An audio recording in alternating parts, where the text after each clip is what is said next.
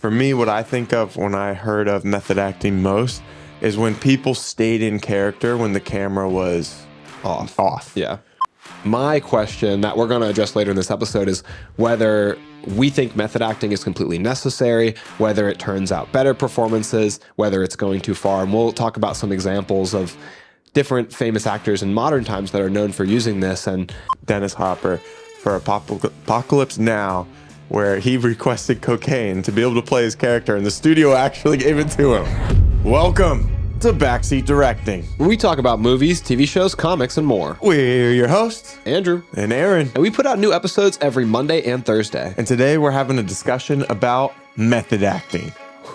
3, 2, 1. Action.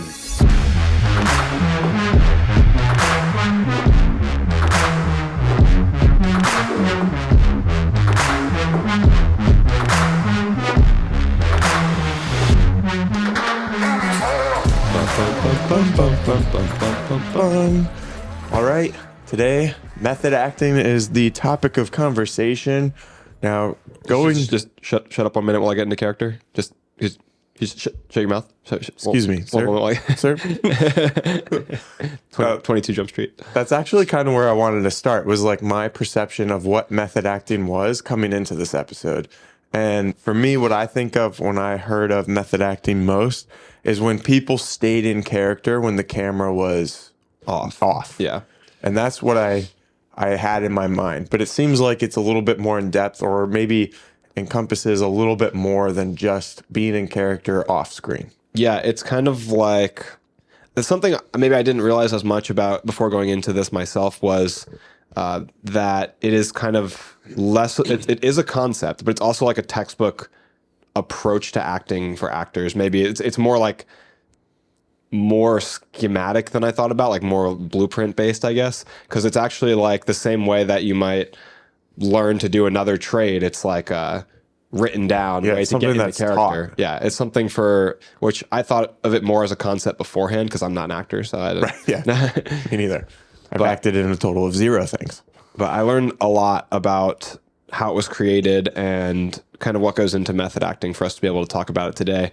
Do you want to start with kind of the origins of method acting and how... This is our source code segment. Normally this happens a little bit later in the episode, but today we're going to bring it out first. This is just where we go over like typically it's source material of what we're talking about, but today it's more of the origins of how this methodology came to be. Yeah, so we're diving right into it. So method acting, its roots kind of started in Russia with a performer named Stanislavski. In the early 1900s, he kind of put pen to paper around 1909, and it was called the Stanislavski system, which it took a psychological approach to acting that no teaching method for acting had really taken before.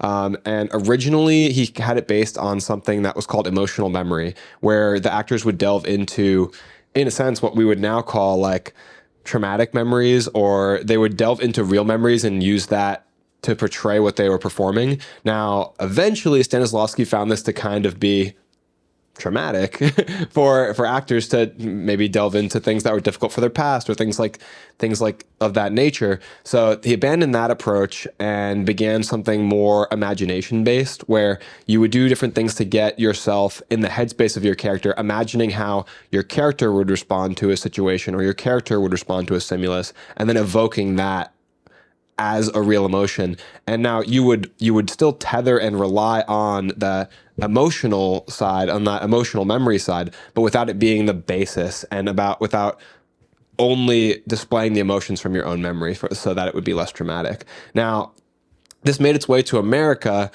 with the Russian theater doing stage performances in America, and certain actors, namely the most known for bringing what we would eventually call the method to the West is Stella Adler and Lee Strasberg. Now, these two actors eventually had a different approach, and they go on to create this school called The Group, where they teach group acting. And They kind of differed because originally they were also using the emotional memory side of things as well. But Adler went over to Paris and she met with Stanislavski, where Stanislavski taught her about how he had abandoned that approach. And they spent a week together working on her character in this play called A Gentle Woman, where she developed that character and learned to rely more on the imagination side of things and what that character would do rather than relying on her own memories. So she brought that approach back when she came back to the West. She's credited with actually teaching some of the famous icons of cinema. So this was originally for stage acting, but it was brought to the screen by a few phenomenal actors like Marlon Brando. Adler's famous for having taught Marlon Brando. I think Strasberg is known for having taught both Marilyn Monroe and James Dean. And so these actors then brought this, which enthralled people on screen, seeing this. The screen could just light up with these performances that had so much more realism than they ever did before. Now, my question that we're going to address later in this episode is whether we think method acting is completely necessary, whether it turns out better performances, whether it's going too far. And we'll talk about some examples of different famous actors in modern times that are known for using this and maybe some of the misgivings that it's led to. But do you have anything that you wanted to add in regards to what method acting is? I feel like method acting kind of has this like bad rep, or at least it did, like for me going into this episode. Like there's a quote from Robert Pattinson who said, "You never see people doing method acting when they're not playing assholes." Like you hear about all these things of like people taking it too far, and then it's just labeled as like method acting. But it's from what you were talking about there in the origins. It seems like it's much more than that. It seems like you're really just diving into the character and becoming that character when you're actually supposed to be playing the character. But then there's a lot of examples of people going too far. So like, where is that line, Yeah, I think that well, I'll start with a modern day example and we can kind of intersperse these throughout. But I think personally, I think Daniel Day-Lewis, as far as method acting goes, does a pretty good job of towing that line because they talk about it. A big case where he did method acting is with the movie Lincoln, and he always really does method acting in a very intense way. So for Lincoln, he lived in a log cabin and he lived as Lincoln, but he is married also in real life. So he's not imagining that his wife is President Lincoln's wife. He knows that he's in touch with reality. I think it might be a misconception that these people they clock out a set and go home and they continue to just, oh my goodness, a computer, what is this? That's not how Daniel Day-Lewis lives his life. Spielberg talks about he would live as Lincoln, he would make decisions as Lincoln in character on set, but he would also use his cell phone to communicate with Spielberg, So like he's using these things as tools to get into character, living in the log cabin, getting a feel for what it's like to live with less technology, to live this more primitive lifestyle that people would have lived in the 1800s. But he's not completely ignorant to the fact that he has a life outside of this character of Lincoln. So it's just like putting in hours and hours of learning a skill to where it becomes like second nature. It's just like it would be for that character. Like in this case, Lincoln, like he's familiar with kind of living out in the woods, being in the cabin or whatnot. Or like Brokeback Mountain when they were training with the horses and all the sheep and stuff. Like they had to learn how to do that. It helps it become second nature when they make those decisions on screen, when their face reacts to a situation, when they jump on a horse in Brokeback Mountain or mount a horse. It looks John like Wick. They've done it before. Exactly. That's what I was thinking too. Because he's spent so many hours training with guns. Keanu spent so many hours training. I say that like we're on a first name basis. But Keanu Reeves spent so many hours training with firearms so that when John Wick draws a pistol, it's not getting stuck in his waistband. You know what I mean? Right. It looks like he's drawn a gun a million times before, like the character John Wick would.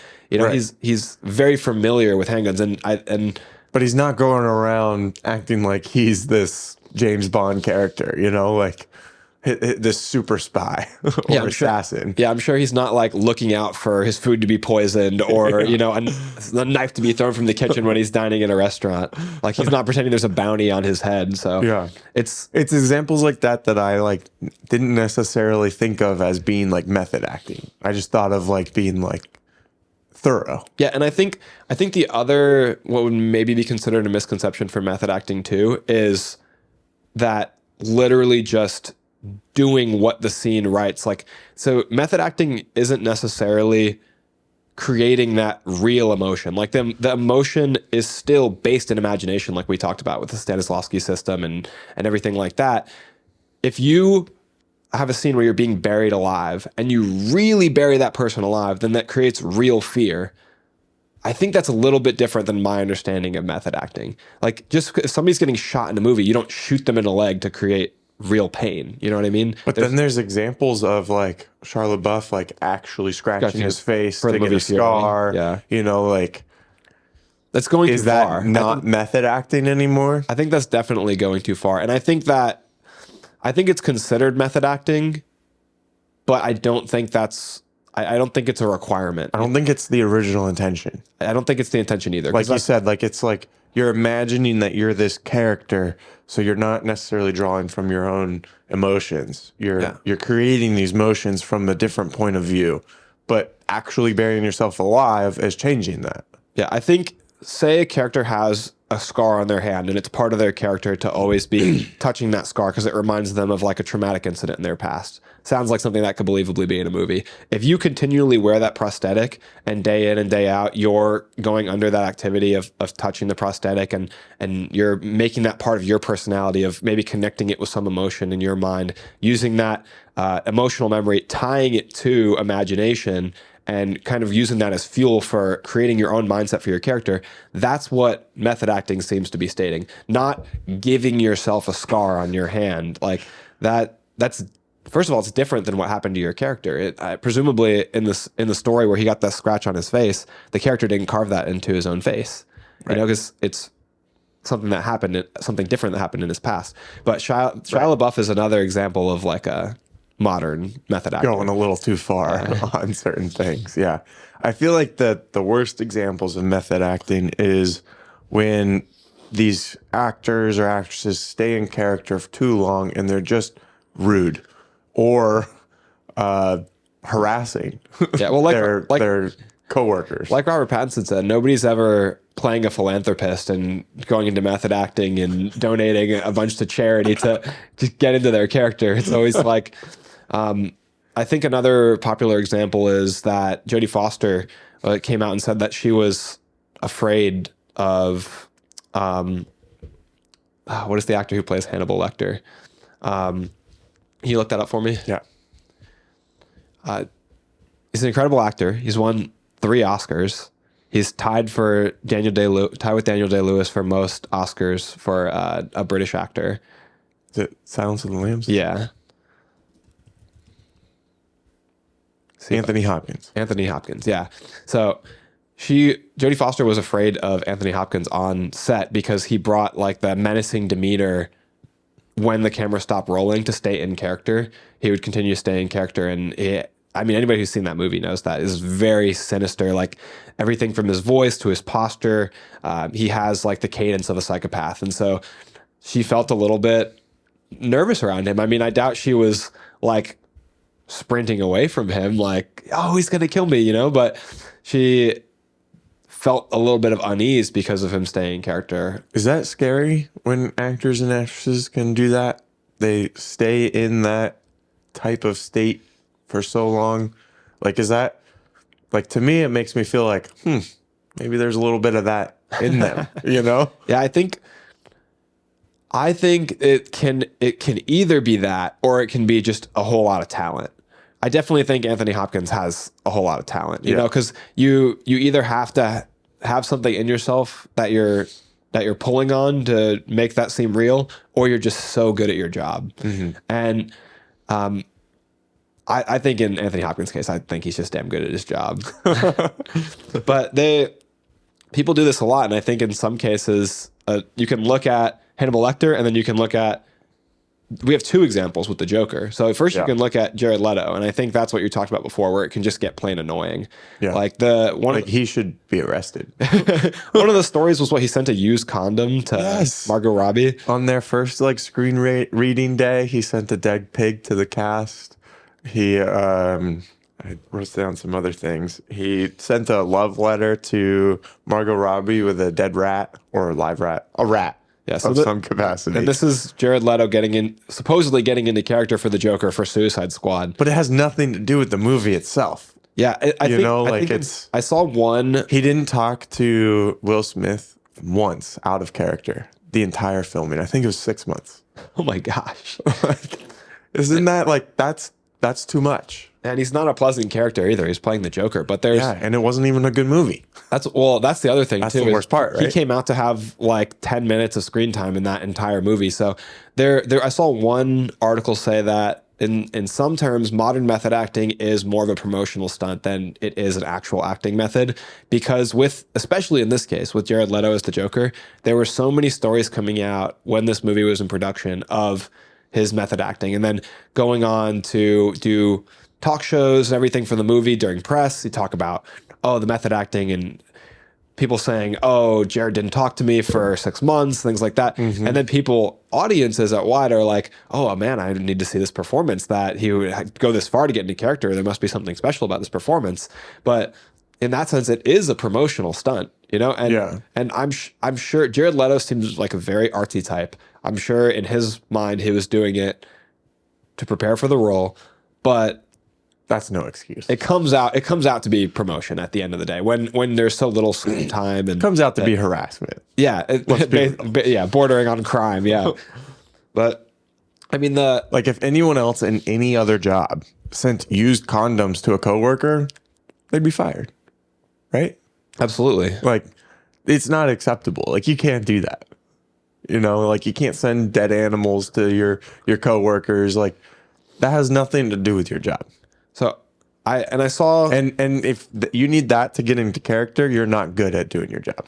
I want to differentiate that from the Heath Ledger aspect of playing the Joker. So first of all, there is a common myth that Heath Ledger playing the Joker gave him mental instability that led ultimately to his death, which from my understanding, his family has come out and denied that, saying that he loved the time that he played the Joker, that being on the set of The Dark Knight was like the time of his life. He thought he had an incredible time acting. I've seen a clip from Christian Bale where they had a scene in the interrogation room going back and forth. And after they cut, I think that Ledger said to Bale, he was like, that's what acting is. Like that, he's like, that was like, he was excited, like that was incredible. And I think everything I've seen, he had a great time on that movie. And yes, he's famously known in this role for isolating himself in a hotel for a week or multiple weeks or whatever it was, in order to build that isolation and that mental instability and that drive to play the Joker.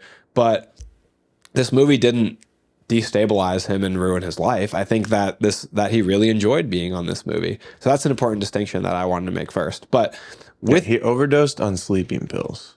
Yeah, I mean he was having presumably a lot of other difficulties, that led up to issues with sleeping, and this stuff doesn't happen overnight. Yeah. And I don't think that it happened from this one role either. He was filming a different movie at the time of his death. It was after filming was wrapped. He was done with The Dark Knight, which is a terrible tragedy. And he honestly, beyond the screen, and I fucking love this guy on the screen. Beyond the screen, he seemed like a genuinely great person. Yeah. Like watching his interview for Brokeback Mountain and his defense of like the LGBTQ community, especially in the time period that this was in. A while ago. Yeah, I thought like this guy seems so cool. It seems like everybody really loved him. But yeah, that's a terrible tragedy. And I wish so badly that we could have gotten more performances from Heath Ledger, because he's such a talent. But the difference between him and Jared Leto is like his method acting doesn't affect anyone else. Yeah, it was based on himself. Right. And I can draw like or even Christian Bale, like same thing. I can draw like a logical line in his thinking, which is a psychopath like the Joker, they're known for antisocial behavior. Like antisocial personality disorder is the most common thing associated with being a psychopath. So he went that route and isolated himself to create that antisocial demeanor. There's a line in the movie where they say, "You want to get to this guy? Like you think he has friends? He doesn't have any friends. You're not going to get to this guy." Like I think Maroney says that. So he's a loner. He's a psychopath, and he brilliantly created that. And then on the other end, that differentiates it too is the performance he brought to the screen was absolutely iconic, whereas Leto's performance was not, unfortunately. And Well, it is. in the opposite Different direction. way, yeah. That's a good point. But like what I liked about his performance is that he wasn't just mean to everyone he was working with to be this psychopath. You know, like he worked on himself to do what he had to do to get into character without affecting everyone else negatively. Yeah, I get the line of thinking because it's the same line of thinking that comes from two notable stories I can remember from Saving Private Ryan and from The Shining. So in Saving Private Ryan, they had the entire cast go through a boot camp together to build, like to have them go through a struggle together, build camaraderie, kind of like they would have those characters would have gone through in the film. Only they excluded one character who was going to be like the new member to join their group. I think he's like a translator or something like that. But he's the guy that joins them in at like the 20-minute mark of the movie, 30-minute mark. And so he's kind of like the outsider. He didn't go through that with us. He didn't, and it's kind of built a little resentment towards him. Like he didn't have to go through the boot camp. Like we had to struggle. So I get the line of thinking, but it can be unhealthy too. You know, and it's the same. It gets really bad when it gets out of hand in the case of something like The Shining, where they're trying to create that real emotion, that real resentment. The director of The Shining, Stanley Kubrick, he berated the star, the actress. Can you look up her name for me also? I'm doing bad with actors' names today, man. I'm usually not this bad. But he berated her. He made her do tons and tons of takes. Shelley Duvall? Shelley Duvall, yes. So he had other people on the set treat her rudely. He had Jack Nicholson, the star of the film, treat her rudely. Got an actor's name. Let's go. But he basically put her in a state of huge emotional distress because her character had to be panicking because her husband was trying to kill her. Spoiler alert for The Shining, but it's been out for like 50 years. So creating real emotions is cool, but also dangerous, especially when it goes that far. So that's definitely where I think that it went too far. It got one of the most incredible performances like in cinema history and of the century. Do you for think sure. that's worth it though? No, it's not worth. I mean, our entertainment as audiences is never worth somebody's mental health or mental well-being. I totally agree. Yeah, But- like you got to keep real emotion out of it. Yeah. You're acting, you're pretending. You know, like if you want to put your body through something really tough, you know, like Christian Bale losing weight, gaining weight, losing weight, gaining weight, like, okay, that's cool. That's on you. Again, doing it to himself, like you Right. said. But if you want to just go out and just bully someone on the cast because that's what their character is experiencing in the movie, like that's not acceptable. That's not cool. In reference to the Christian Bale thing too, there's a good example from The Martian that I think is really funny where who directed the Martian? Was it Ridley Scott? I think it's Ridley. But Matt Damon was like, I can lose all this weight because his character is very malnourished in the second and third act of the movie. And the director was like, no, that's not good for you. Like, we'll use CGI. Like it's and that makes a lot of sense to me. If Christian Bale really, really feels that that's the best way for him to get into character, and he really is insistent on doing that to himself, I'm sure it can have bad health effects, but ultimately it's his autonomy, his own decision to make as an adult. For But someone to do it that much, he has to enjoy the process of actually doing it. dude, I think for The Machinist, he was on a diet Apple a of day? an apple and a cup of coffee or something like that, right? Or apple and water. Could you imagine? I can't even have just one apple in an hour. I'm like starving. He's just down to like 115 pounds, and he's like, an apple a day keeps the doctor away. I love this apple so much. I'm imagining it's a big juicy steak. Is that why he picked an apple to like? He's like, the safest way. it's like I can't be hospitalized for starvation if I at least have one apple. Yeah. It's in the farmer's almanac. That's crazy. But yeah, I think that the Heath Ledger example it got us one of the best performances. So that's like the pro argument for the method. But the base of the Stanislavski system back when it was called that was three things. So it was preparation, studying the role, and then basically reality or truth. So that I think is the basic breakdown of method acting, and I think it makes a whole lot of sense when you spell it out in terms of those three things in that system. So you got preparation for the role. Say I'll make up a character and say that they're really religious and they're really like specific. This is a big part of their upbringing. It's a part of who they are. Maybe they're like a reverend. So in part of your preparation, or maybe too, they're from the South. So in part of your preparation, you'll get with a dialect coach. You'll learn what their voice sounds like. You'll create an evocation for them. And Heath Ledger's famous for saying like the character came from the voice for his character Ennis in Brokeback Mountain.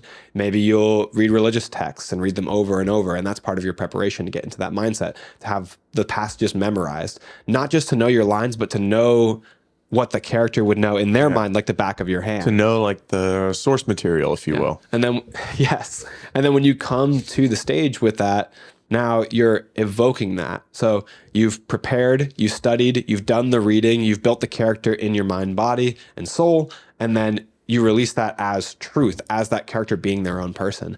And that way, when you're like actually acting and you're having to spill out these facts or do these mannerisms that are typically associated with this skill or this job or something, it's just almost second nature to you at that point. I feel like the preparation can really be simplified into saying that it's moving the mannerisms and lines of this character from short-term memory into long-term memory. Because acting can be like short-term memory. You can have a speech, a soliloquy memorized and perfectly go through it, but still in short-term memory. Right. You know what I mean? So moving like Abraham Lincoln to speak in front of all those people and deliver his famous speech 4 scores. And I'm sure that he had that memorized where he could recite that, weeks, months after. Because when you have a speech like that to give in front of, and give it in front of a bunch of soldiers who are laying their lives on the line, you want to get every word right, and you have that memorized in a way where you will not forget it. Yeah. So that you don't just... They didn't have teleprompters back then. Yeah, definitely not. Could you imagine him just writing on cloth? That's a long speech too. Yeah. Gettysburg Address. But what are some of the other famous examples? So when I think of modern day method actors, I think of Leonardo DiCaprio, Robert De Niro, Dustin Hoffman, Al Pacino, Shia LaBeouf. Would you put Tom Cruise in there? See, that's a difficult thing because he does all his own stunts. Mm-hmm. But method acting to me is about character. And when you watch a Tom Cruise movie, it feels like you're watching Tom Cruise. But is that just because he's gotten so famous? I think partially, but I think how is it different than like John Wick? Of like him going through and practicing all these mannerisms of how to handle this weaponry that he's going to be using on screen. Like, is that different, or are we kind of excluding that from this as well? I don't think Tom Cruise is becoming the characters, though. I think the characters are becoming Tom Cruise, because it's the same thing with Dwayne Johnson. Like, it's the same thing with maybe a couple other. Maybe Mark Wahlberg fits in there too. But the characters, Adam Sandler definitely. The characters are written for them. The characters are them, not they becoming the characters. Because it's not a different person every time. In real life, Tom Cruise is an adrenaline junkie. He likes to fly planes, helicopters. He likes driving motorcycles. Maybe in that sense, the same thing applies to Keanu. I mean, he likes motorcycles and cars a lot too. And then his character drives motorcycles and cars in the movie. So I don't know if they're necessarily transforming into the character as much as the character's transforming into them. Not that they're not incredibly talented, and I cannot do what they do. I'm not trying to talk down what just because you're not a method actor doesn't mean you're not a fantastic actor, and you're not. Yeah, being a method actor isn't like quote unquote being a real actor. It doesn't mean you're better. No, it's a approach to acting, and it's a style. And I don't think the actors that use it would say that either. I don't think Daniel Day-Lewis would say like Tom Cruise isn't a real actor. Like Tom Cruise brings a lot of entertainment to the screen, puts a lot of butts in seats, and is very incredibly successful. You know, so I don't think that. I don't think because you play similar characters over and over again means that you're a bad actor or actress in any way. Like Liam Neeson.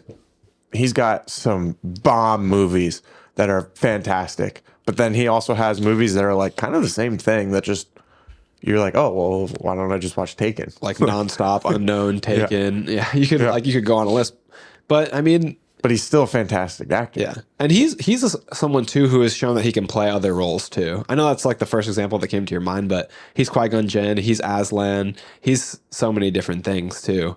On top of he's in like what Love Actually or whatever that movie is. Is he? He's in like a romance movie, or so I think he's in Schindler's List too. He's an incredible actor. God, he's so good in that movie. But he, like you said, he does play, once he got into action, I think, he's played a lot of similar characters in that action genre. And it doesn't make those characters or those performances inherently worse or bad. And method acting doesn't make you inherently better. And it doesn't also make you inherently prejudiced either. I think it's Ordinary Love. At least that's the first one that I see on here of like a rom-com.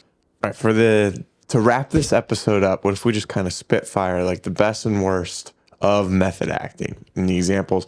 And I'll kick it off with Dennis Hopper for Apocalypse Now, where he requested cocaine to be able to play his character, and the studio actually gave it to him. Yeah, that's the worst. That's the worst of method acting. That's not good. How is that? How did that happen? That's crazy. So I'll hit you back with one of the best of method acting. Robert De Niro actually trained with professional boxers for his role in Raging Bull, and one of them was quoted saying that he became good enough in his training that they believed he could potentially be a professional boxer.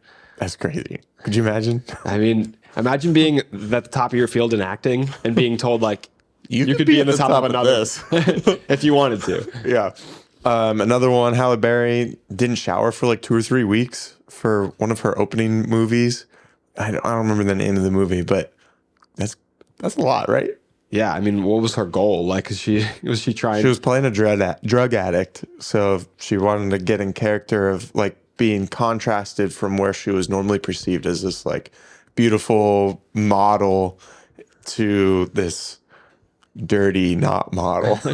Man, I would have taken a step back on set from that.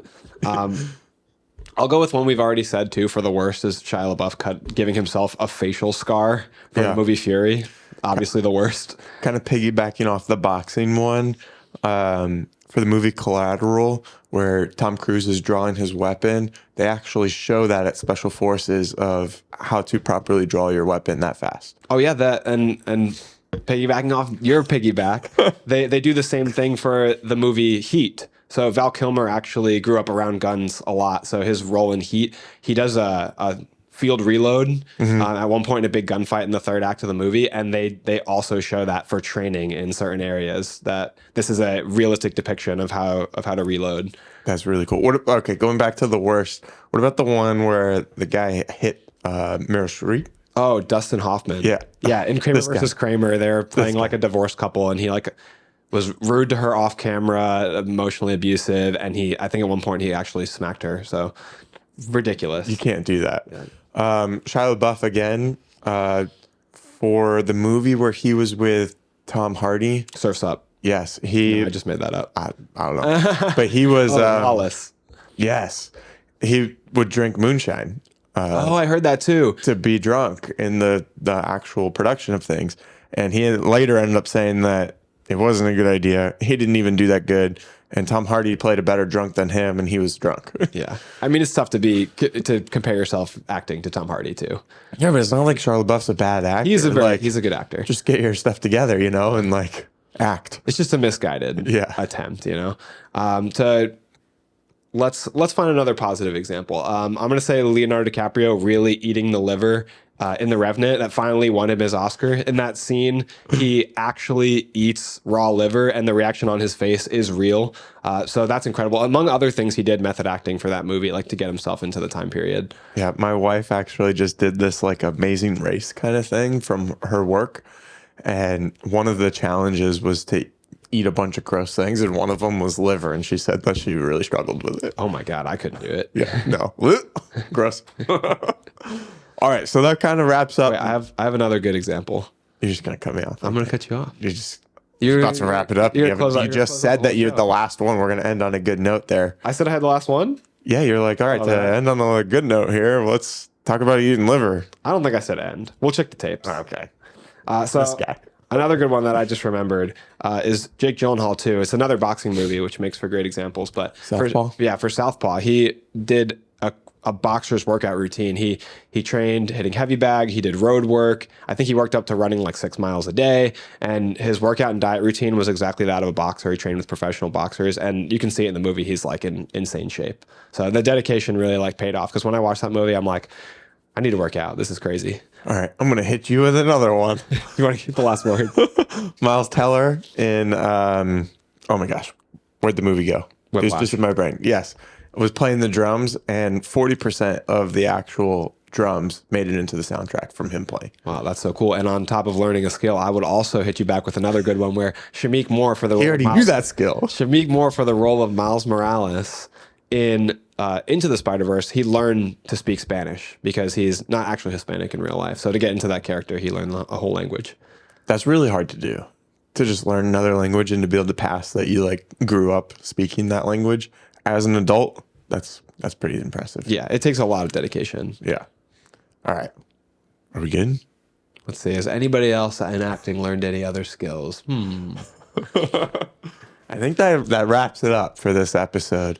Andrew, I want to say, nice shirt, man. Thank you. That's sick.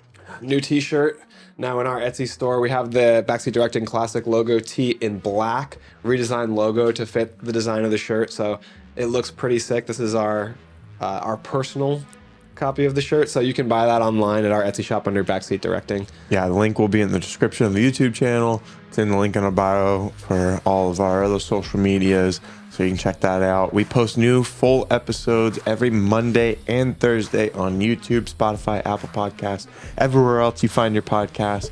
We're on every single social media, so hit us up there. You can interact with us.